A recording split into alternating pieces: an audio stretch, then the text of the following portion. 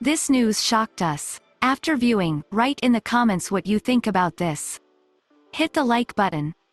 The U.S. House of Representatives overwhelmingly approved a $484 billion coronavirus relief bill on Thursday, funding small businesses and hospitals and pushing the total spending response to the crisis to an unprecedented near $3 trillion. The measure passed the Democratic-led House by a vote of 388 to 5, with one member voting present. House members were meeting for the first time in weeks because of the coronavirus pandemic. Lawmakers, many wearing masks, approved the bill during an extended period of voting intended to allow them to remain at a distance from one another in line with public health recommendations. The House action sent the latest of 4 relief bills to the White House.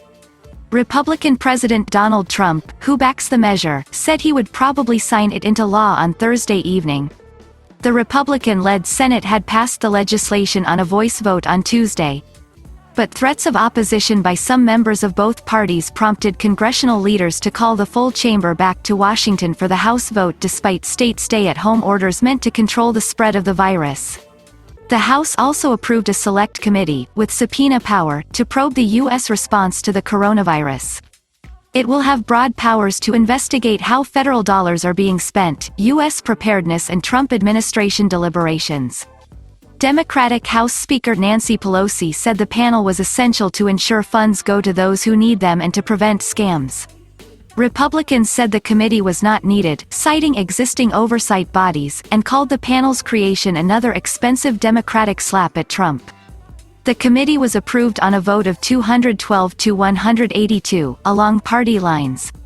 The $484 billion aid bill was the fourth passed to address the coronavirus crisis.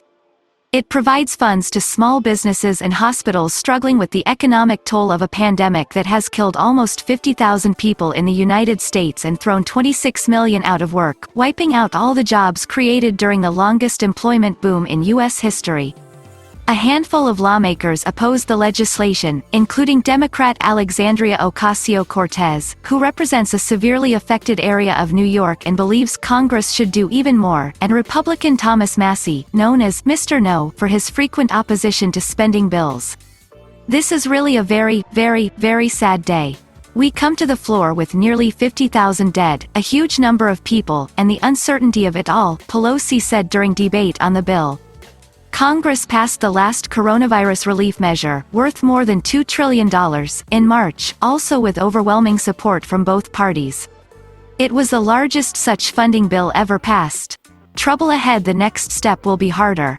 The two parties have set the stage for a fight over additional funding for state and local governments reeling from the impact of lost revenue after Republicans refused to include such funds in the current relief bill. Trump has said he supports more funding for states, and has promised to back it in future legislation. Congressional Republicans have resisted. Senate Majority Leader Mitch McConnell suggested in a radio interview on Wednesday that states could go bankrupt, but said later he did not want states to use federal funds for anything unrelated to the coronavirus. Democrats castigated McConnell for the remark. Leader McConnell said to our cities and states, to our cops and firemen and teachers, he told them to drop dead, said Representative Max Rose, who represents a district of New York City. Thursday's voting took place under safety protocols that considerably dragged out proceedings. Lawmakers came to the House in alphabetical order in small groups and were told to stand in line, 6 feet, 1.8 meters, apart, before entering the chamber. There was also a half-hour break scheduled to clean the chamber between the two votes.